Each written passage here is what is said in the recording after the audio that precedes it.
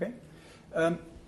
Mr. Karzai, first of all, what are you here for? Is this to convince the Dutch to make it for another term? Is that what you're trying to do? I'm here to express, first of all, the gratitude of the Afghan people for the help that the people of the Netherlands have given to us in the past 6 years. In terms of the contribution of the taxpayers' money of Netherlands, for the well-being of the Afghan people, for the betterment of Afghan life, for the security of the Afghan people.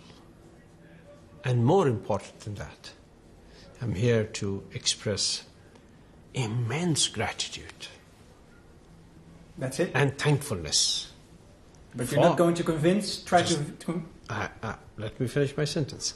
For the contribution of the soldiers of Netherlands, for the life that they have sacrificed in Afghanistan for our people, to share our sorrow for the loss of that life, and to express our gratitude for the contribution that they made to the Afghan people. One reason.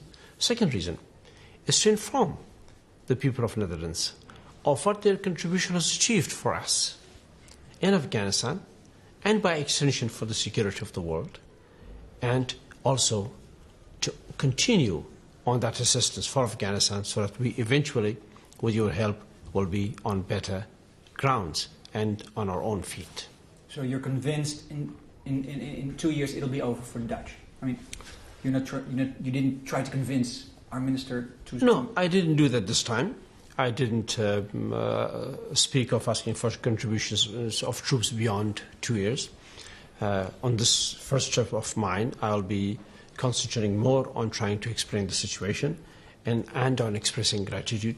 I'm sure the Netherlands will continue to help Afghanistan in one form or the other, even after 2010. And that's something that we will talk about later on, maybe on other occasions. Okay. You talked about the loss of life of the Dutch soldiers. I'd like to show you one question that some people ask you.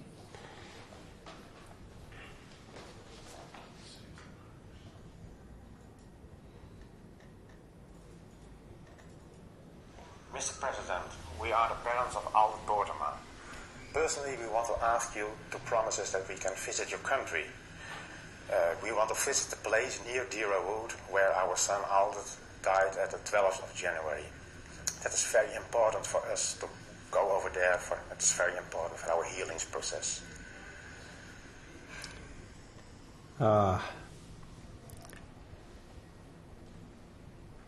Well, the picture's gone. I can't have it again? Sure.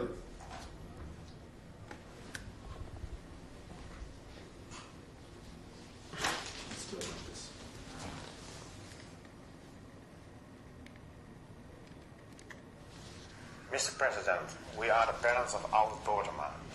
Personally, we want to ask you to promise us that we can visit your country. We want to visit the place near Dira Wood where our son Aldert died at the 12th of January. That is very important for us to go over there. It is very important for our healing process. Well, sir, ma'am, well, the picture's gone again, but anyway, let me continue. This was a very touching remark. It's exactly the reason that I mentioned earlier that I'm visiting Netherlands, to touch base with a family that has lost a son in Afghanistan, and to tell them of the pain that we share with them, and tell them of, at the same time, ironically, of the gratitude that we have, and of how hard it is to tell a family that has lost a son in Afghanistan. No family, no father, no mother would accept the loss of a son, no matter for what cause. They would like to visit that place. I will come to that. Okay. No matter what the greatness of the cause will be, but still, the cause was great, and the loss of life went for a cause bigger than we can imagine, for all of us. we will be more than honored to organize a visit for the family to visit that spot. But you know how the security situation in Uruzgan is? We can organize that. I will assure you that I will organize that. If they're willing, I'll organize that, and they will visit that place and meet with some people, meet with some parents in Afghanistan who have lost their children, with some women, and see that also with their own eyes that the contribution of Netherlands is helping a lot of families in that part of the country towards a better life. On the other hand, the question goes further. Of course, if you look at it in a broader sense, the security situation in Uruzgan is pretty bad. Better than 2 years ago. Better than before you came in there, before the forces of Netherlands. But still, the Taliban is surging and surging. No, it's not. They're going down in Uruzgan. Uruzgan today is in a lot better situation. Just now, down in the video conference room of the Minister of Defense, I had the video conference with the commanding officer of Netherlands in Uruzgan. He told me that the day before yesterday, he organized a district election together with the district chief and the governor of the province, where the local population freely came and elected officials for themselves there.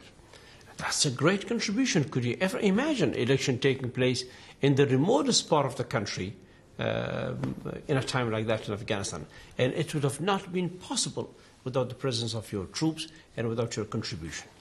But still, it'll take years, more or less? Yes, for complete stability, for complete recovery, for the Afghan people to see the best days of their life. Sure, it will take many, many more years. But even one step is a step significantly important. You're an optimist. Great optimist. And Netherlands has taken significant steps in that regard.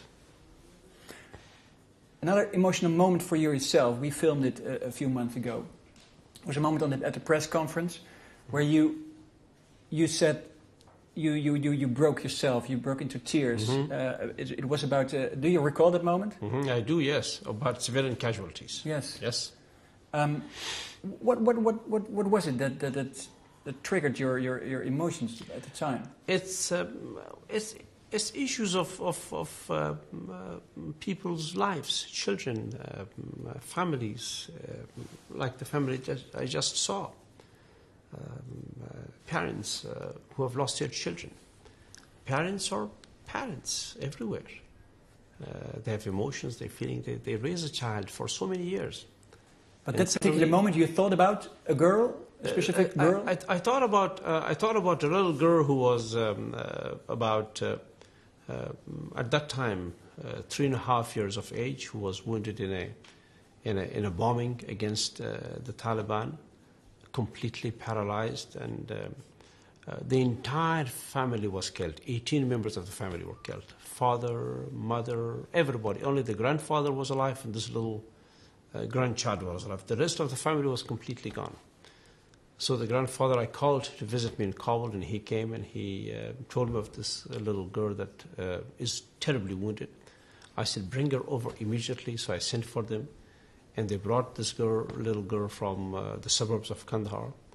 And when I went to see her, she was lying on a chair, completely motionless in the rest of the body, only her face, extremely beautiful face, smiling, not knowing as to what's going on to her or to the family. That was a very difficult thing. And you had to think about that a lot at the press conference? A lot. And about other incidents. I had seen a lot of other incidents of suffering like that. I'd like to show you another, another part. It's an Afghan refugee who came to Holland decades ago, who has a question to you as well. Yes.